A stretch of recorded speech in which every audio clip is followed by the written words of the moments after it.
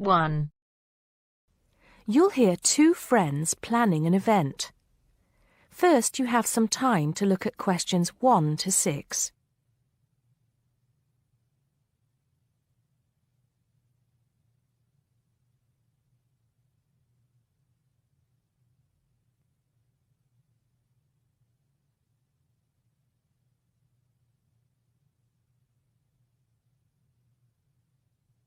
Now we shall begin.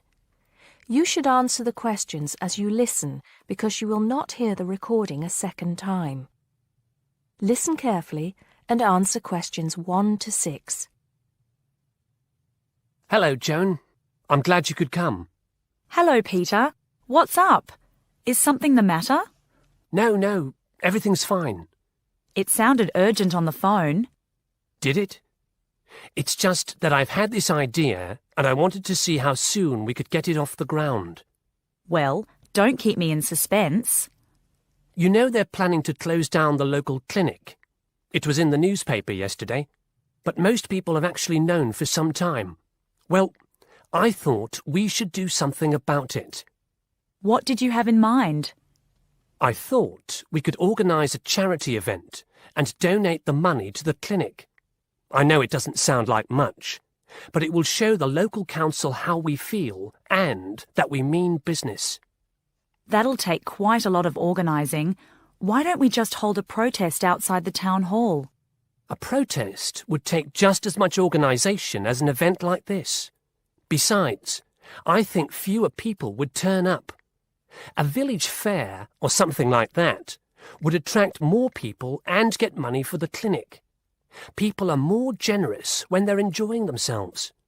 OK then, it sounds good to me. How do we start? First, we put our heads together and come up with a list of people who'll be willing to help and people who can provide us with some of the things we need.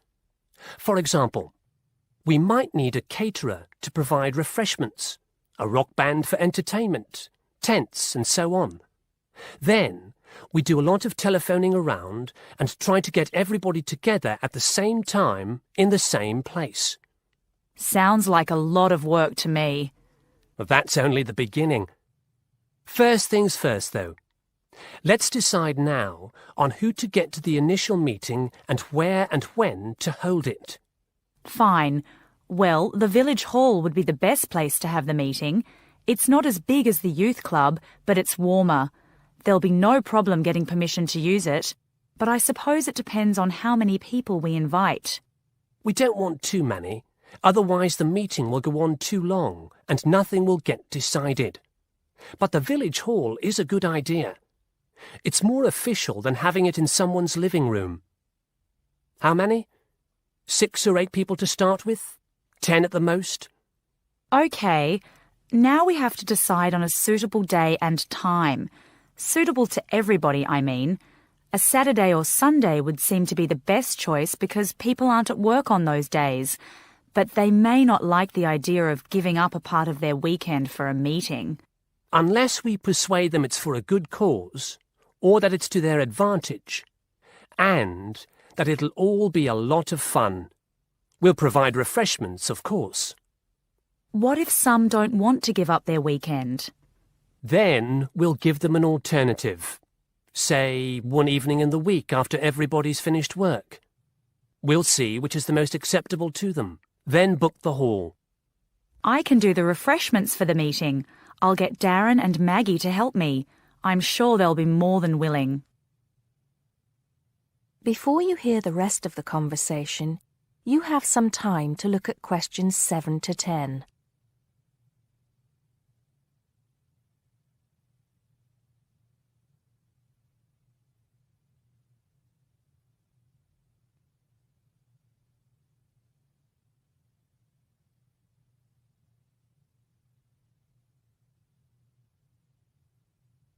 Now listen and answer questions 7 to 10.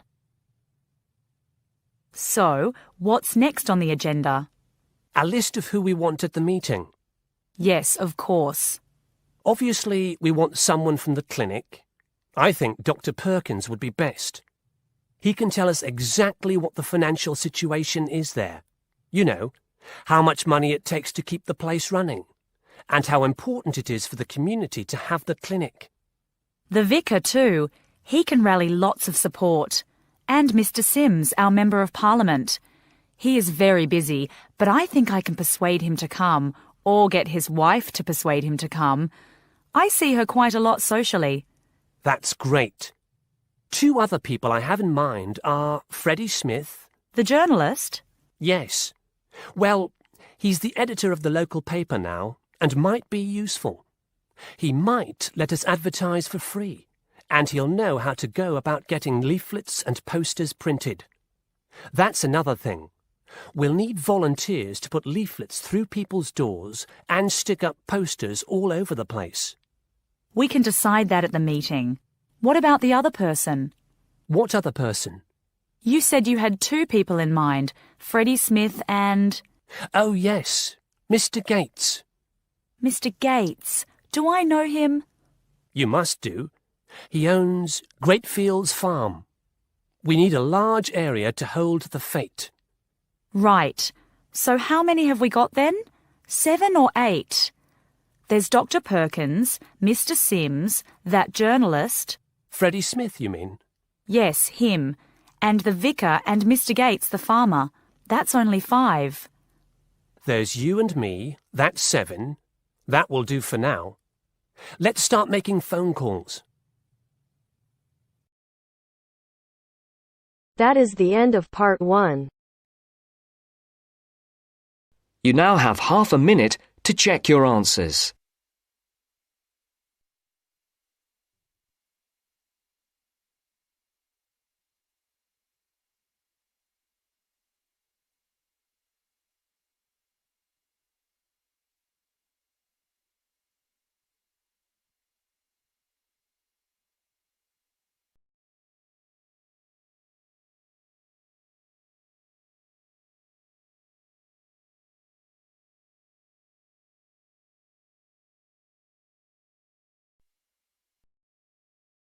Part 2.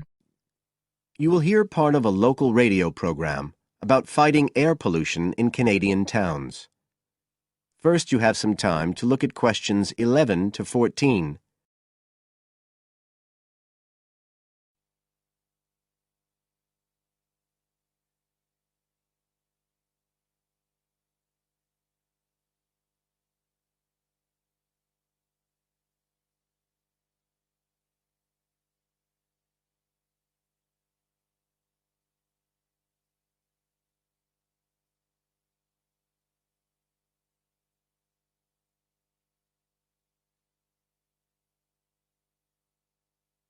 Now listen carefully and answer questions 11 to 14. Good morning, folks, and welcome to the information roundup on your own local radio station. This is Larry Knowles talking to you this morning on Tuesday, the 25th of May. And the first item coming up is a reminder to you all out there about Canadian Clean Air Day, which is on June 6th.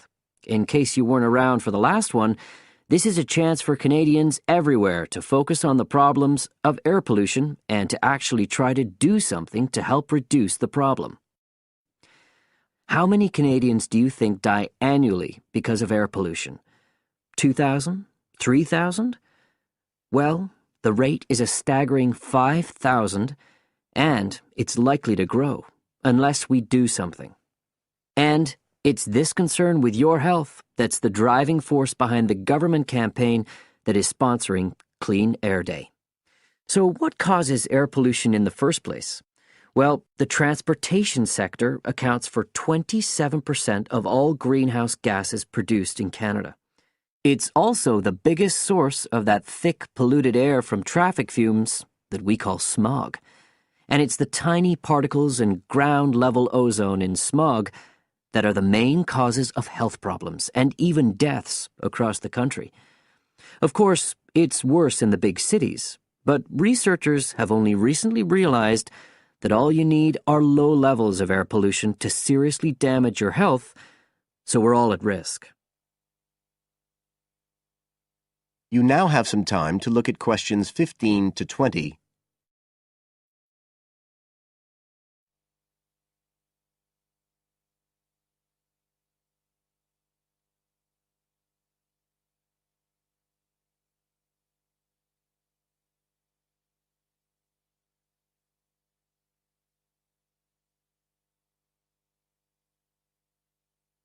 Now listen and answer questions 15 to 20.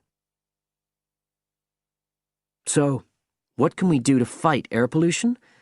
Well, it should be pretty obvious by now that the way we get to and from work every day can have a big impact on the air we breathe. So the easiest action you can take on Clean Air Day is to accept what we call the commuter challenge and get to work on foot or by cycling for a change. If you have to use your car, try carpooling and share the drive, or better still, use public transit. If everyone tries this for just one day, you'll be amazed by the difference it can make to the air in our towns and cities. But there's more you can do to improve air quality. For example, you can plant trees. And if you don't have a garden, then you can do your bit in other ways. For instance, did you know that modern, improved wood stoves can reduce wood smoke by as much as 80 to 90%? So you can make a big difference if you upgrade the appliances you use in your home. The government is also working hard on your behalf to clean up our air. Its priority is to reduce the emissions that cause smog, and they have clear plans to get there. Last year, Canada and the United States agreed to reduce emissions on both sides of the border between the two countries, and they plan to reach their targets in the next few years. The government's also taking action to get cleaner fuels. It's already reduced the sulfur contained in gasoline, and it hopes to reach the reduction target for sulfur in diesel by next year. But the measures don't just focus on the motorist. The federal government's also working to reduce emissions from power plants and factories right across the provinces. You can find out all about government action and all the plans for Clean Air Day events. That is the end of part 2. You now have half a minute to check your answers.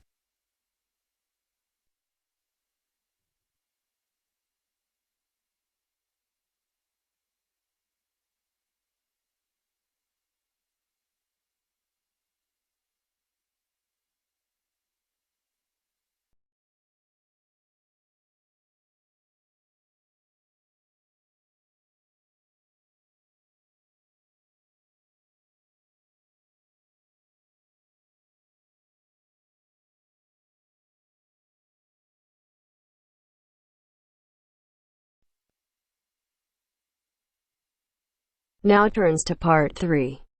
Part 3. You'll hear a lecturer talking to students about America in the 1960s. You have some time to look at questions 21 to 26.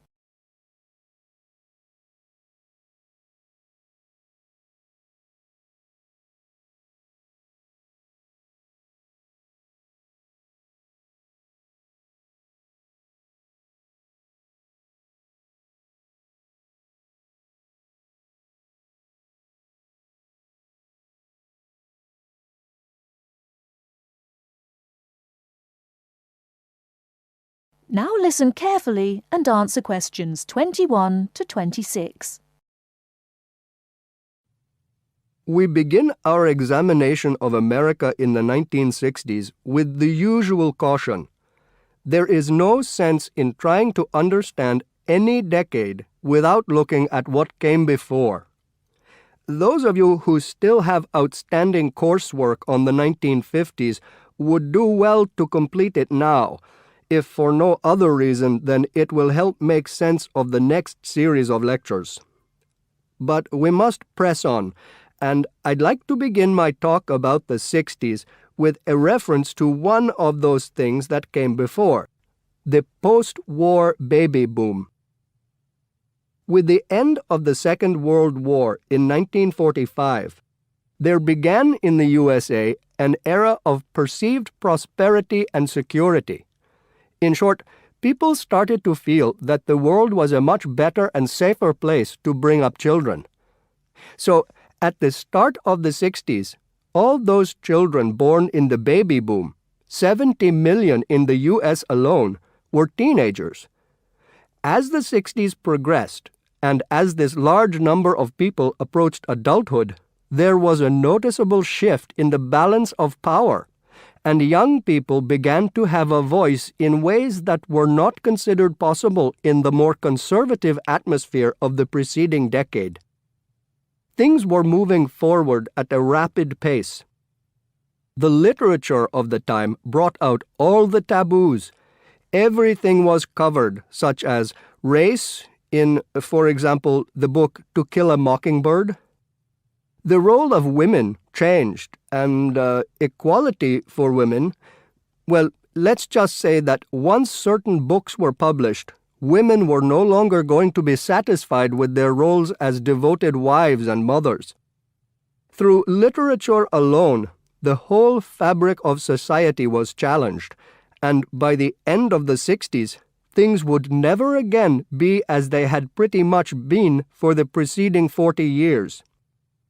It was a decade of protest, civil rights protests, feminism, the rights of minorities, the Vietnam War.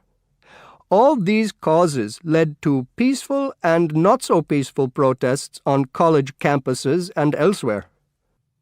People had been given freedom of speech and they were going to use it. The crime rate rose to 9 times what it was in the 50s, as respect for the old order faded away. But it was also a time of great development. In medicine, the 60s saw the first heart transplant.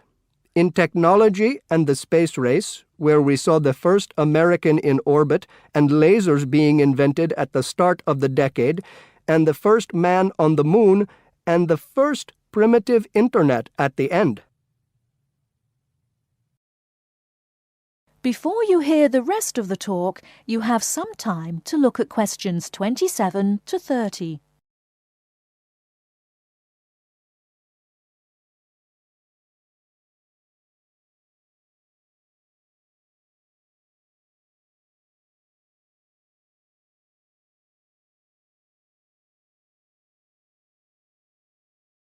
Now listen and answer questions 27 to 30. None of this, good or bad, might have happened if things in 1962 had gone slightly differently. On October 16th, President John F. Kennedy met with his closest advisors at the White House. They had obtained photographic evidence showing that Cuba was building or installing nuclear weapons. It was widely believed that Cuba was preparing to fire these weapons at cities in the USA.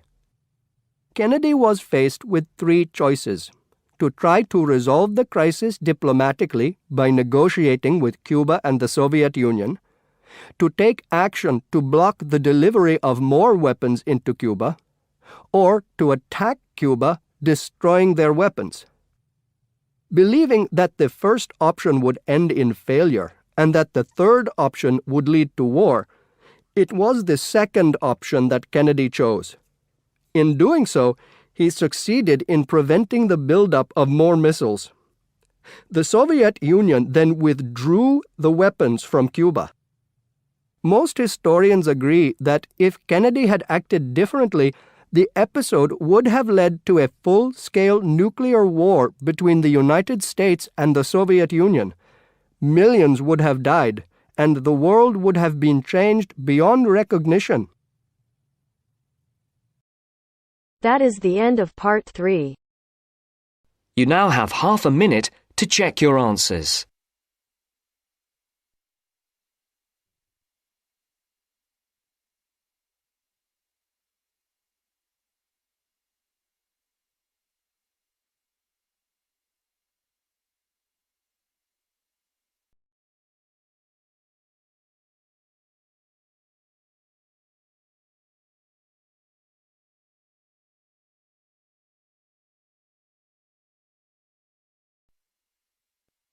Now turns to part 4.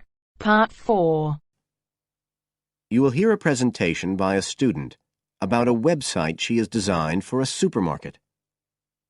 First, you have some time to look at questions 31 to 40 on pages 113 and 114.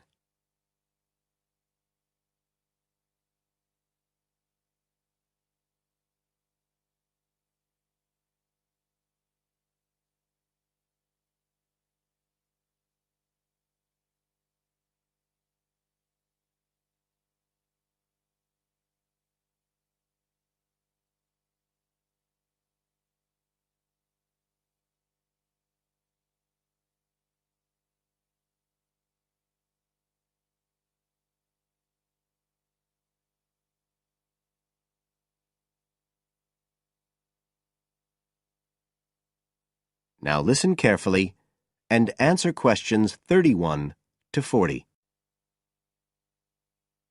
For my website design project, I decided to approach SuperSave supermarkets because I have an evening job at the supermarket, so I already have a slight insight into their organisational goals and workings.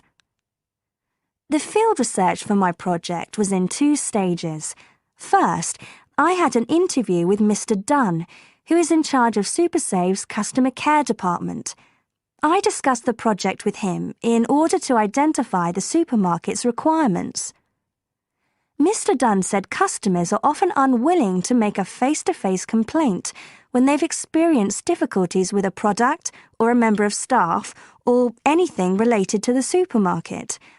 So he said a website which allowed members of the public to get in touch with the organisation and bring the problem to their attention in a private manner might be very useful, and we agreed that I'd work on this. For the second stage of my research, I devised a questionnaire to put to SuperSave customers. I needed to find out about the customers' experiences of problems together with their attitudes towards making complaints, both directly and indirectly. I used a mixture of closed questions, such as, have you ever experienced a problem at any SuperSave store? And open questions, such as, what would you find helpful about a customer complaint website? I decided to do interviews rather than rely on distribution of the questionnaire, as I felt this was likely to lead to a higher take-up rate.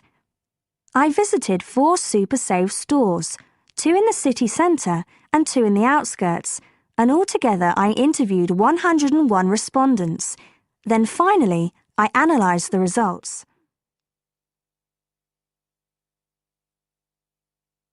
I found the results of the questionnaires to be very informative.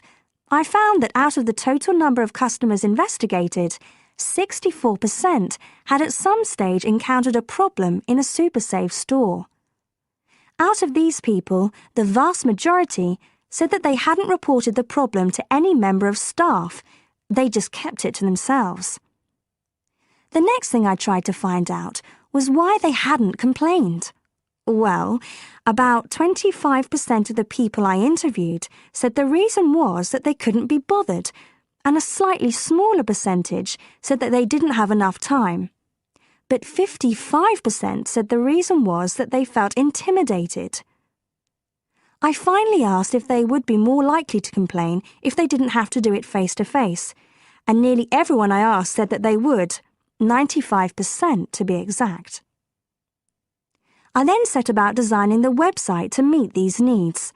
Once I'd completed the website, I made another appointment with Mr. Dunn to find out what he thought of it. Mr. Dunn said he felt that the pages would benefit his organisation by giving customers a new way of expressing their complaints and by making it easier to collect complaints, identify specific places where service and customer care were not as good as they should be, and act upon them accordingly. SuperSave is already a highly customer-orientated organisation, and he thought our website would be an excellent addition to their customer care effort. This is all well and good, but there still remains the general problem with websites, that there's the lack of access to online computers. Surprisingly, in my survey, I found that 88% of those interviewed had access to the internet, which I felt was quite high. But this access wasn't always direct. For some people, it was through their children and grandchildren and neighbours and so on, rather than being readily available in their own homes. This could prove to be a major drawback to the site, but it is still better to have it now to get the edge over competitors, however slight, and in the very near future, it is expected that almost everyone will have direct access to the internet. Another thing to consider is that at the moment I can only base our conclusions on data gathered from a tiny fraction of the supermarket's customer base. In order to get a better idea of how the site is doing and to see how well I have met my objectives, the site will need to have been up and running for at least a few months. After this time, it'll be possible to see whether or not people are actually using the site and if it's helping to make improvements to their customer service. It would also be interesting to study the effect of the site on staff at the supermarket. Morale could be dented as more complaints come in. Staff may feel they are being unfairly criticised and that there is no need for another way for customers to complain. But also, the site could boost morale by making staff come together to overcome the constructive criticism, and they may gain more job satisfaction by knowing that they are making a difference to the customer. So, overall, I feel my website has met my objectives, but there is scope for improvement and expansion. Are there any questions? That is the end of part 4. You now have half a minute to check your answers.